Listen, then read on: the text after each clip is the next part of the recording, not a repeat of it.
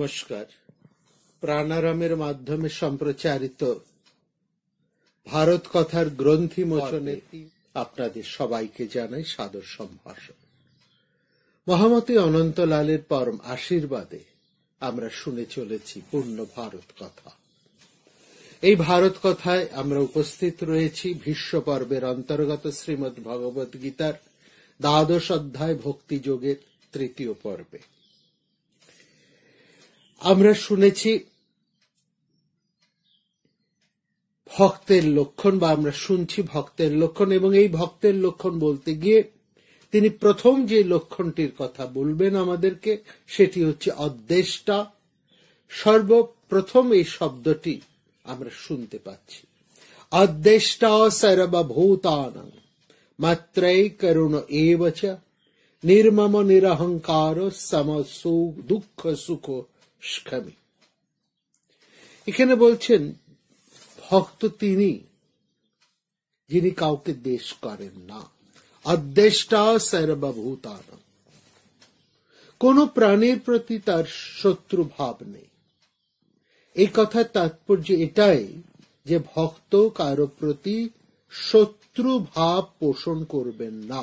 মাত্র, তিনি সকলের বন্ধু। তার মধ্যে যে শত্রু ভাব বা বৈরিতা নেই সেটা শুধুমাত্র নয়, তিনি প্রত্যেকের সাথে মিত্র ভাবাপন্ন।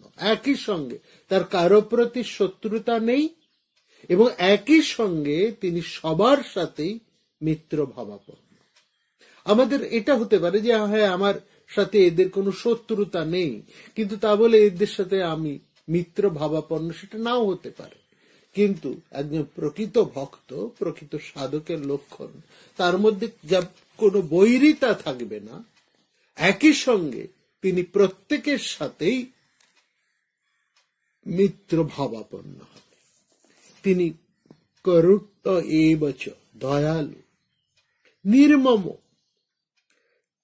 তার নিজস্ব আমার এটা আমার, ওটা আমার, এরকম তার কোনো ভাব থাকবে না। মমত্ব বর্জিত। নির্মম মানে তার কোনো বিষয়ের মধ্যে মমত্ব থাকবে না, মমত্ব বর্জিত। নিরহংকার, অহংবোধ তার মধ্যে নেই। সর্বপ্রকার অহংবোধ থেকে তিনি মুক্ত, অর্থাৎ তার মধ্যে কোনো আমিত্ব নেই। এটা হচ্ছে সবচেয়ে বড় কথা। এবং সুখ দুঃখ স্বামী, সুখ এবং দুঃখে সমভাবাপন্ন, এবং তিনি স্বামী, ক্ষমাশীল। অর্থাৎ তার মধ্যে একটা ভারসাম্য রয়েছে, অনুকূল প্রতিকূল দুই অবস্থাতেই তিনি ভারসাম্যে রয়েছেন, এবং ক্ষমাশীল, অসাধারণ সহ্য শক্তি তার। কোনো ব্যাপারে তিনি উত্তেজিত হন না, ক্রুদ্ধ হন না। এই হচ্ছে তার অন্তর্নিহিত দিব্য গুণ। অর্থাৎ একজন ভক্ত তিনি যিনি কাউকে দ্বেষ করেন না। অন্যদিকে দুফোঁটা চোখের জল পড়ছে ঈশ্বরের নাম শুনে, পুলক হচ্ছে, কম্প হচ্ছে, একটু অশ্রু উদ্গত হচ্ছে, সে কিন্তু ভক্ত নাও হতে পারে। এগুলো তার একটা বিকারও হতে পারে। ভক্তের মূল লক্ষ্য, প্রধান লক্ষ্য হচ্ছে তিনি অদ্দেষ্টা, তার দ্বেষ থাকে না। এই যে স্থিতপ্রজ্ঞের লক্ষণ আমরা শুনেছি দ্বিতীয় অধ্যায়, স্থিতপ্রজ্ঞ লক্ষণের মধ্যে যেটি প্রধান, সেটা হচ্ছে কামনার ত্যাগ।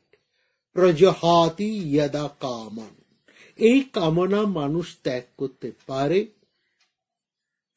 রাগ থেকে মুক্ত হতে পারে কেবলমাত্র নিজের চেষ্টায়, নিজের সাধনায়, নিজের প্রচেষ্টায়। আমি কামনা, সমস্ত রকম কামনা আসক্তি ত্যাগ করেছি, কিছুই আমি আর চাই না। কিন্তু আরেকজন এসে আমাকে আঘাত করছে, তার প্রতি আমার দ্বেষ জন্মাবে না, এটা সাধারণত সম্ভব হয় না। এটা সম্ভব হয় না যতক্ষণ আমার পৃথক সত্তা বোধ আছে। এটা কতক্ষণ আমি ত্যাগ করেছি, আমি কামনাহীন, কিন্তু দেশহীন নই। লক্ষ্য করুন ভক্তের কত ধরনের বিন্যাস, মানুষের মধ্যে এই মনস্তত্ত্বের কত রকমের ভাগ। প্রথমত বলা হলো তার কোন রকম দেশ থাকবে না, অর্থাৎ কারো প্রতি তিনি শত্রুভাব হবেন না। এবার এটাকে বিস্তার করা হচ্ছে। দেখুন, প্রথম হচ্ছে যে তার মধ্যে কোনো বিকারী ভাব থাকবে না, অর্থাৎ ওই পুলক, কম্প, অশ্রু এইসব ভাবের বিকার না, ভাবের বিকার তার মধ্যে নেই। একেবারে কোন রকম ভাবের মধ্যেও তিনি থাকছেন, একেবারে নিজের আত্মকে তিনি কন্ট্রোল করতে পারেন। কোনো কিছুতেই সহজেই ভাবালুতায় তিনি একেবারে পর্যবসিত হয়ে যাচ্ছেন, তিনিও সাধক হতে পারেন না। ওটাও একটা বিকার। প্রধান লক্ষণ হচ্ছে তার মধ্যে কোনো কারো প্রতি তার শত্রু ভাব থাকবে না, দেশ থাকবে না, অদ্দেশটা। কিরকম সেটা, এবার সেটাকে বিশ্লেষণ করছে। অর্থাৎ আমরা কামনা ত্যাগ করলাম, ঠিক আছে, একজন মানুষ সাধন করে করে সে আস্তে আস্তে ধীরে ধীরে অভ্যাসের দ্বারা, প্রয়াসের দ্বারা, সাধনার দ্বারা, তপস্যার দ্বারা সে সমস্ত প্রকার কামনা হতে ধীরে ধীরে মুক্ত হয়ে উঠল। তার মধ্যে কোনো কামনা নেই, কোনো কামনা বাসনা সে করে না, নির্মোহ। কিন্তু দেখা গেল তাকে একজন এসে আঘাত করল, অমনি সে যে আঘাত করেছে তার প্রতি ভীষণ ক্ষিপ্ত হয়ে উঠলেন। শত্রুভাব, সে আঘাতটাকে, যে আঘাত করছে তাকে প্রত্যাঘাত করার জন্য একেবারে তৈরি হয়ে আছে।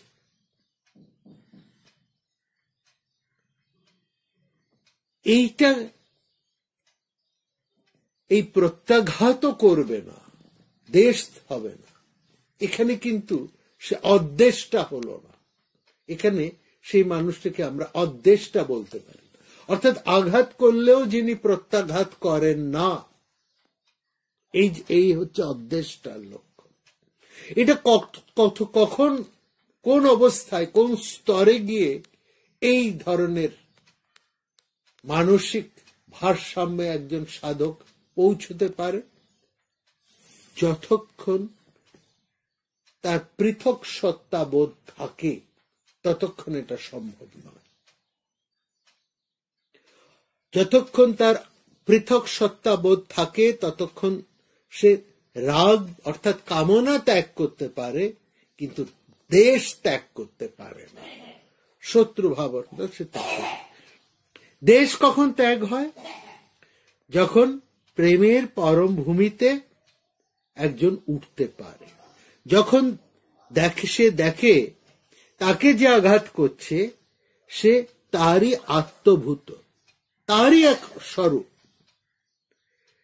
সেখানে দুই তার নিজেরই অঙ্গ প্রত্যঙ্গ, তারই অংশ, তখন সে আর অপরকে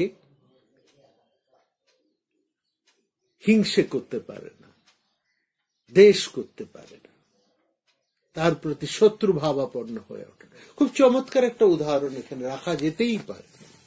নিজের দাঁতের, নিজের জিভকে কামড়ে, আমরা মাঝে মাঝেই ফেলি, নিজের দাঁত দিয়ে আমরা জিভের মধ্যে হঠাৎ অসাবধানে কামড় দিয়ে ফেলি। এবার যে দাঁত দিয়ে আমরা কামড়ে ফেলি, যে দাঁত, তার সেই দাঁত জিভকে কামড়ে ফেলে একেবারে কেটে রক্তাক্ত করে দেয়।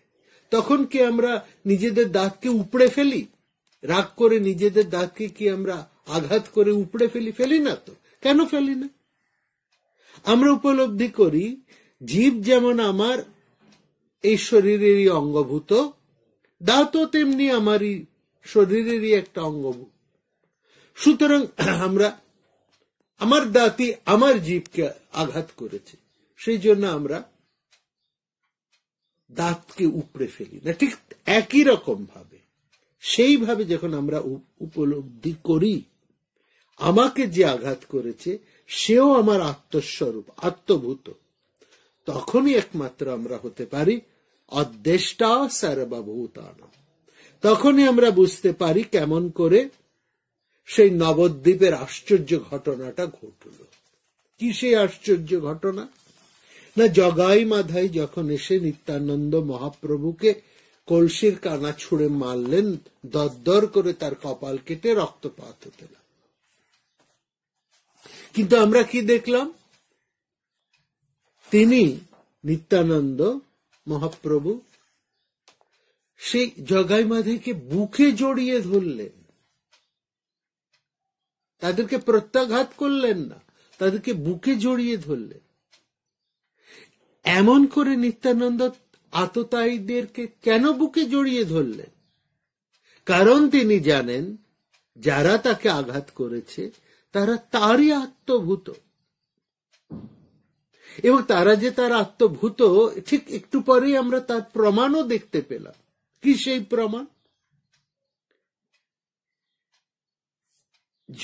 সেই জগাই আর মাধাই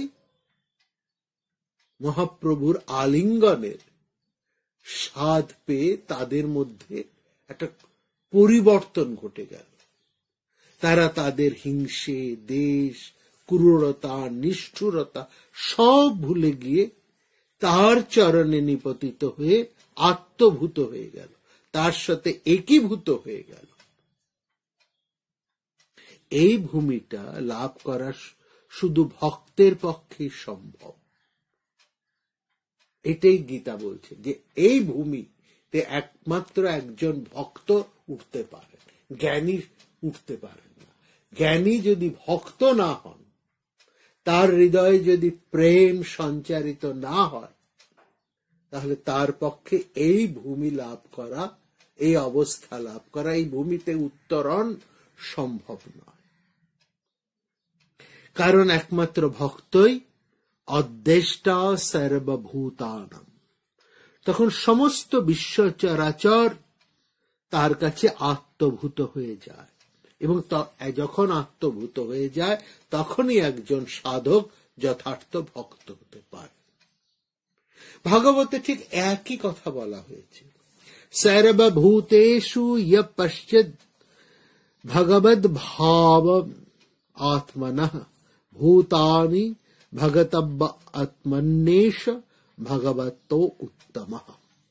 উত্তম বা শ্রেষ্ঠ ভাগবতকে, ভাগবত শব্দের অর্থ হচ্ছে ভক্ত। কে উত্তম বা শ্রেষ্ঠ ভক্ত? ভগবত উত্তম কে? সর্বভূতেষু ইয় পশ্যেদ ভগবদ ভাব। সমস্ত প্রাণীর মধ্যে যে সেই বিরাটকে, সেই পরমকে, তাকেই দেখতে পায়।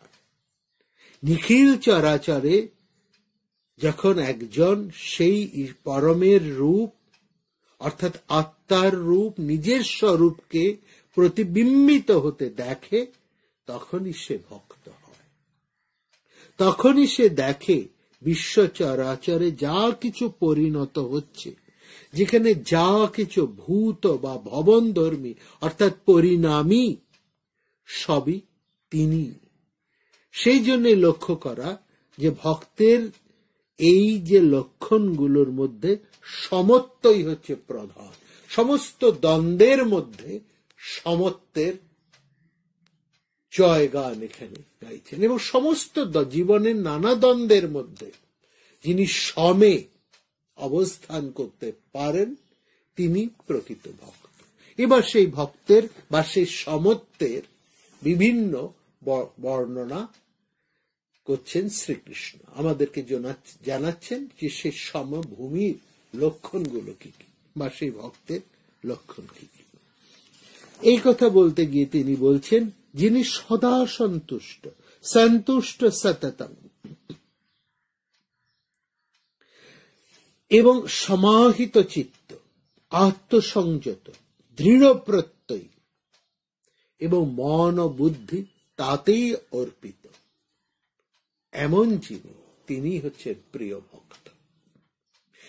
আমাদের ভারতীয় আধ্যাত্ম জীবনের সবচেয়ে বড় গুরুত্বপূর্ণ বৈশিষ্ট্যটি হচ্ছে আনন্দ, প্রফুল্লতা। এই ধর্মজীবন, অধ্যাত্ম জীবন কিন্তু আনন্দের, হতাশার নয়, দুঃখের নয়।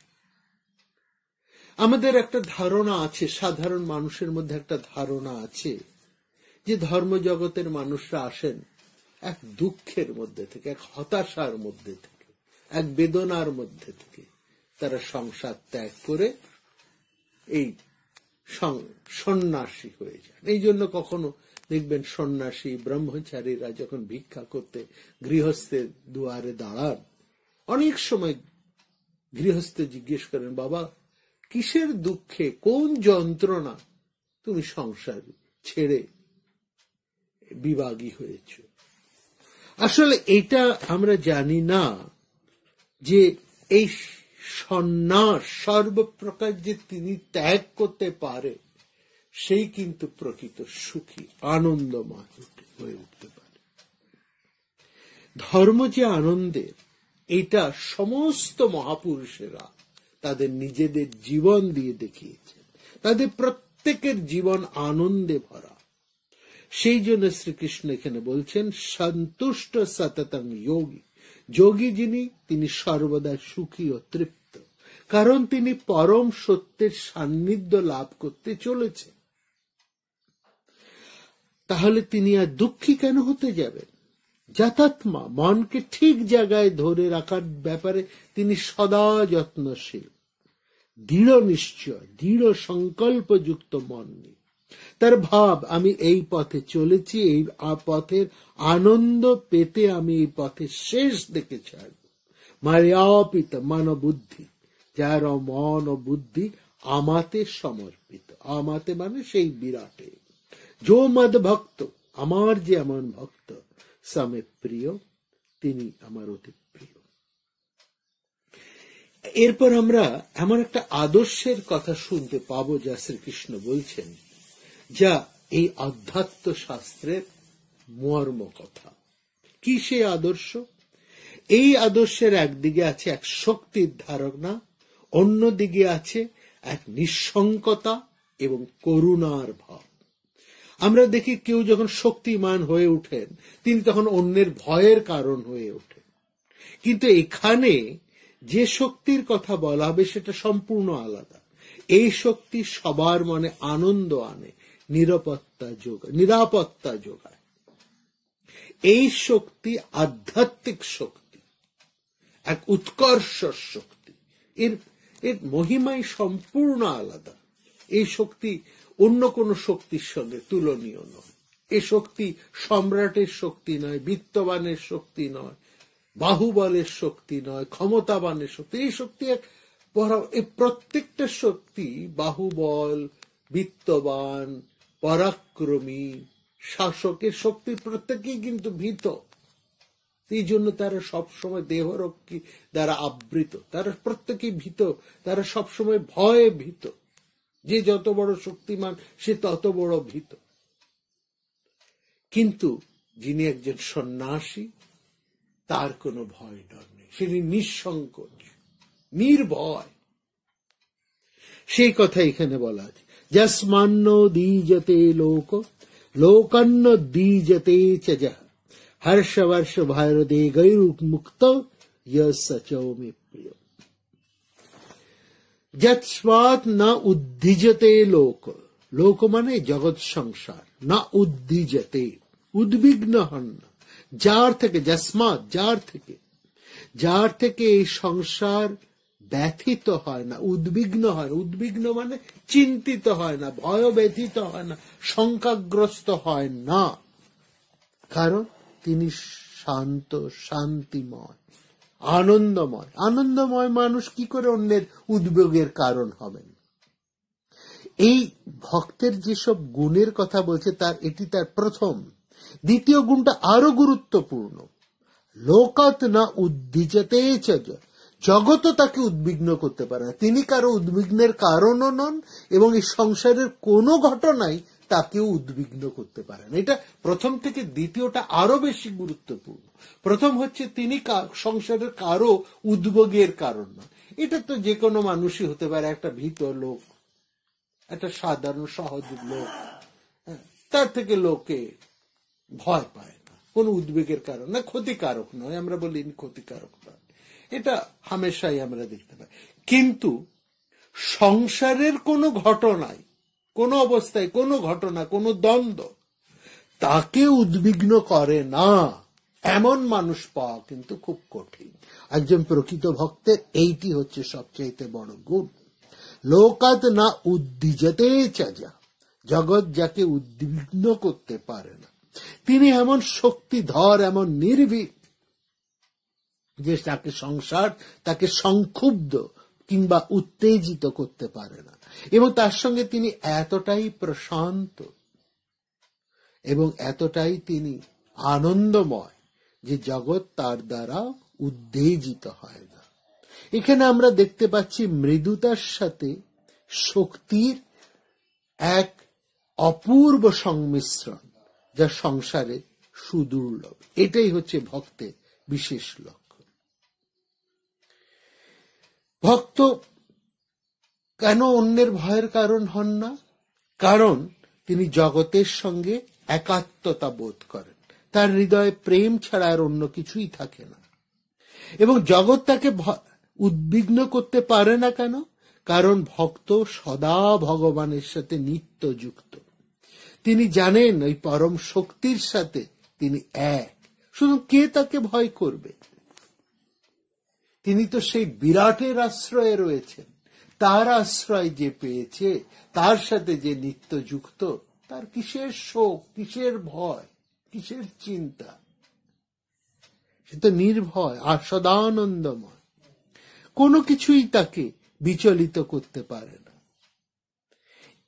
এইটি হচ্ছে ভক্তের সবচাইতে বড় লক্ষণ। এই জন্য শ্রীকৃষ্ণ এই ধরনের ভক্তি কথাই বলছে। এটা তো ভয়ের দিক গেল।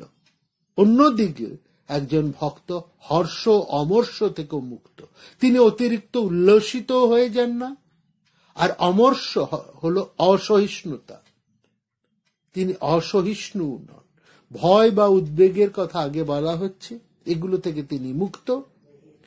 এইসবের বাইরে তিনি যে গেছেন, তিনি যেই হন, সচ মে প্রিয়, তিনিই আমার প্রিয়। তারপরে শ্রীকৃষ্ণ বলছেন, যিনি স্বনির্ভর, পবিত্র, তৎপর, উদাসীন, অবিড়ম্বিত, সমস্ত কর্মের উন্মাদনা ত্যাগ করেছে, এমন ভক্তই আমার প্রিয়। এবং ভক্তের আরো কিছু অনবদ্য গুণের কথা এখানে বলা হচ্ছে। অনপেক্ষা, বাইরের কোনো কিছুর উপরেই তিনি নির্ভর করেন না।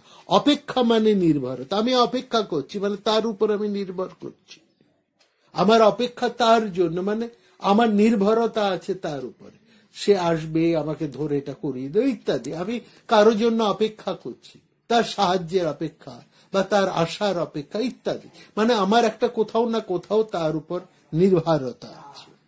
কিন্তু একজন যদি অনপেক্ষ হয়, অনির্ভর হয়, তার মানে সে কোনো কিছুর উপর নির্ভর করে না। শুচি, পবিত্র। শুচি শব্দের অর্থ হচ্ছে পবিত্র। দক্ষ মানে হচ্ছে প্রচন্ড কর্মকুশলতা। সুচারু বা সমস্ত কিছু সে অনবদ্য নিখুঁত ভাবে সম্পাদন করেন। কর্মকুশল এবং যথেষ্ট পরিশ্রমী। এতৎসত্ত্বেও তিনি সম্পূর্ণ অনাসক্ত, উদাসীন, কোনো কিছুতেই তার যেন কিছু আসে যায় না। অচঞ্চল তিনি, একটা নির্লিপ্ততা তার মধ্যে রয়েছে, সম্পূর্ণ লিপ্ত। উদাসীন মানে তার চারপাশে যা ঘটছে তার প্রতি সে অনাসক্ত। এই যে দুটো আপাত বিরোধ ভাব তার মধ্যে রয়েছে, সমস্ত কাজ করছে, নিখুঁত ভাবে কাজ করছে, কর্মকুশল, অথচ সবকিছুর প্রতি সে অনাসক্ত। এই যে দুটো আপাত বিরোধ ভাবকে সে একজন আত্মস্থ করতে পারে, এটা কিন্তু কম বড় কথা নয়। এই যে ভাব, এটা একটা বিশাল ভাব। এই যে উদাসীন করতে পারে, মানে সে সমস্ত কিছু করে চলছে অথচ কোনো কিছুই যেন সে করছে না। সে সমস্ত কিছুর মধ্যে রয়েছে অথচ সে কোনো কিছুর মধ্যে নেই। এই ভাব, এইটাই হচ্ছে উদাসীন কথার মূল তাৎপর্য। তারপরে হচ্ছে গত ব্যথ, সমস্ত যন্ত্রণা থেকে সে মুক্ত, সবকিছু থেকে সে মুক্ত। সর্বারম্ভ পরিত্যাগী, অহংকার তৃপ্তির জন্য সে একবার এটা একবার ওটা একবার এদিকে ছুটছে, একটা না, কোনো কিছুই নেই। তার অন্তর সংক্ষুব্ধ মুক্ত, সে একেবারে স্থির। আরম্ভ মানে নতুন কর্মোদ্যোগ, পরিত্যাগী মানে বর্জনকারী। যে কাজ করতে হবে সেটা তিনি করছেন, কিন্তু আমি নতুন একটা কিছু করছি এই ভাব তার মধ্যে থাকে না। কাজ থাকবে কিন্তু তার জন্য কোনো মানসিক উদ্বেগ থাকবে না। যো মদ ভক্ত, যিনি এরকম ভক্ত, সামে প্রিয়। তারপরে যা কথা বলছেন সেটা অপূর্ব ভক্তের লক্ষণ। যিনি উল্লসিত হন না, দেশ করেন না, শোক করেন না, আকাঙ্ক্ষাও করেন না, শুভ এবং অশুভ দুইকেই যিনি পরিত্যাগ করেন অথচ ভক্তিমান, তিনি আমার প্রিয়। অপূর্ব অপূর্ব এখানে বলছেন। ইয়ো নরিষ্যতি, যিনি উৎফুল্ল হন না, ন দেশটি, পরিস্থিতি সম্পূর্ণ আলাদা হলেও যিনি ক্রুদ্ধ হন না, নো শোচতি, নো শোচতি, শোক করেন না, ন কাঙ্ক্ষতি, বাসনা নেই, কোনো কিছুর পেছনে তিনি ছুটে বেড়ান না। শুভাশুভ পরিত্যাগী, এটা শুভ ওটা অশুভ এই সমস্ত ভাবনার পারে যিনি চলে গিয়েছেন, শুভ অশুভ নিয়ে যিনি মোটেই বিচলিত নন এবং কেবলই ঈশ্বরকে যিনি ভালোবাসেন, এসব বিচার তাদের কাছে গৌণ হয়ে যায়। চরিত্রের এই বৈশিষ্ট্যগুলো সব অনায়াসে স্বাভাবিকভাবেই তার চলে আসে। ভক্তিমান স্বামী প্রিয়, এমন যে ভক্ত সেই হচ্ছে প্রিয়। তারপর ভক্তের আর যে সব গুরুত্বপূর্ণ লক্ষণের কথা তিনি বলছেন, সেই কথাগুলো আমরা শুনব আগামী পর্বে। আপনারা সবাই ভালো থাকবেন, আনন্দে থাকবেন এবং কখনোই নির্ভারত হয়ে থাকবেন। নমস্কার। প্রাণারাম প্রাণারাম প্রাণারাম প্রাণারাম প্রাণারাম প্রাণারাম, কি যেন লুকানো নামে তাই মিষ্ট এত তব নাম। প্রাণারাম প্রাণারাম